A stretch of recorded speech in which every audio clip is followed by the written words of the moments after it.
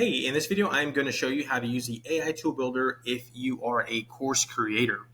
So as you know, FormWise is one of the easiest ways to really add that dynamic value to your course. So it's not just a static product. You can actually embed any of these tools, whether it's a Copilot or a smart form inside of your course platform, whether it's Go High Level, Kajabi, Teachable, anywhere you can embed something, you could add this type of value to your course, thereby turning it into a recurring product instead of a one-time purchase. So I'm going to show you how to do that. So once you're inside of your FormWise account, you are going to want to go navigate to the AI tool builder. So this is a AI tool builder that is going to essentially build your AI tool. And I had just finished building a tool just a second ago. When you click on it, it's going to show you this page right here. This is the field where you're going to want to describe what you want built. And we built this because sometimes there's creator's block and someone doesn't really know how to get what's in their head into a actual working product for your end users. So we're going to take an example here. Let's just say you have a course where you're teaching people how to set up a Shopify store, something super simple, a e-commerce store. Again, this can be any type of course. You can always come back here and brainstorm things for your particular course. In this scenario, let's just pretend you have a Shopify course. You're teaching somebody how to sell stuff online. So inside of your course, you have your course lessons, and maybe in one of the lessons, you have it where you are helping people come up with the actual store name. So maybe you want to generate something called a store generator. So let's just say I want a tool where a potential e-commerce business owner that wants to start a Shopify store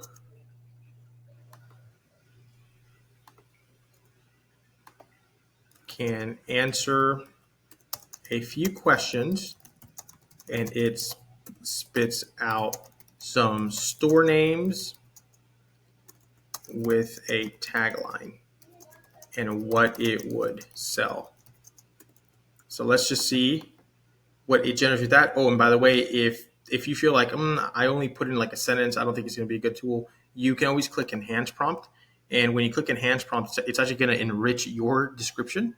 You could pause the video here and read what it did for mine. It looks like it's going to also create like a catchy title. It's just like the better the input, the better the output. So this is going to definitely help us with the generate outline.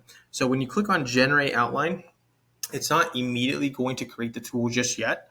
And that's a good thing because we want to see exactly how the user is going to interact with this tool. And we built something called user stories. So in the world of software, the term user stories signifies how your user is going to interact and essentially behave when they are in front of your tool.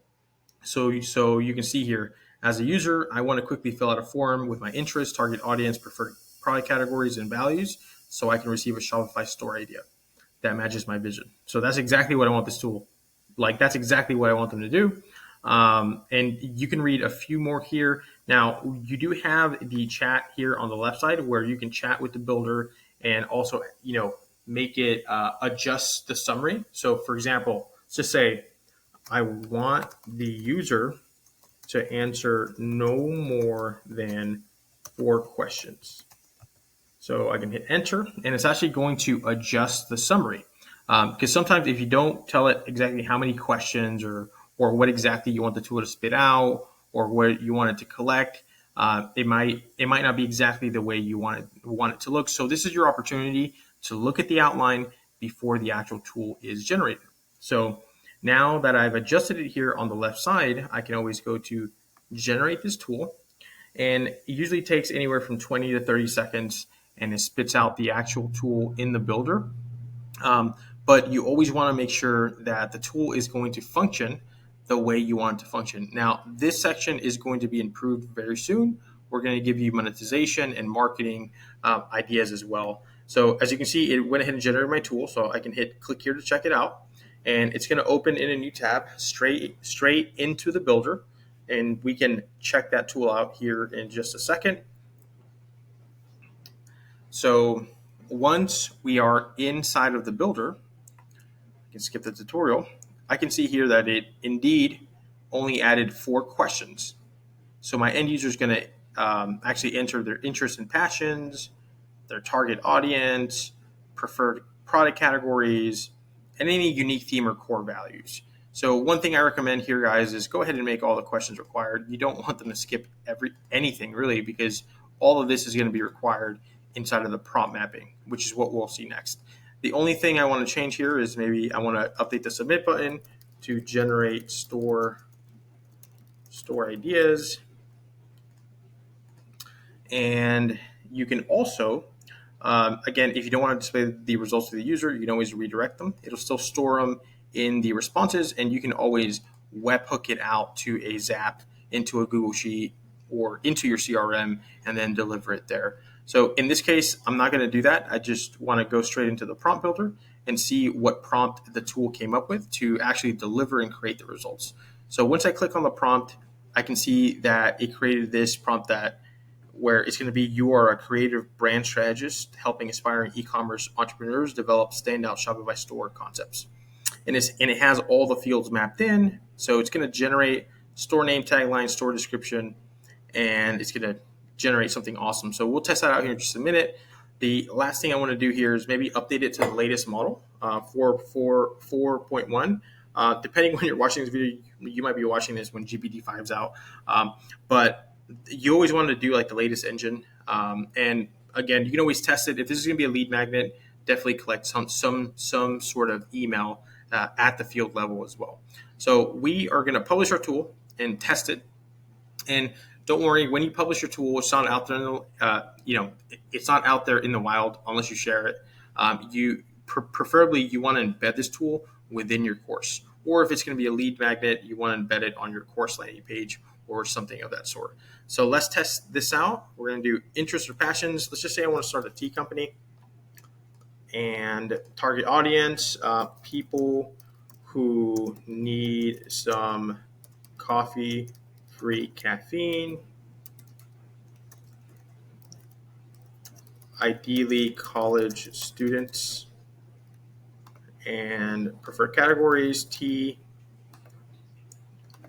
We donate 1% to national parks. And then we're going to generate the store ideas, and let's see what it comes up with just what it generated. Steep Spirit, Sip Nature, Fuel Studies, Support Parks. Love it. There's a store description, and it's ready to go. Boom. And you could use this as a lead magnet. If you have a lesson in your course that, lesson is coming up with a Shopify store concept, you can embed this in the lesson area. And now they're not just getting what you're teaching them in the video, you're actually giving them something actionable to create it. So much better than a template, much better than giving them a copy-paste prompt.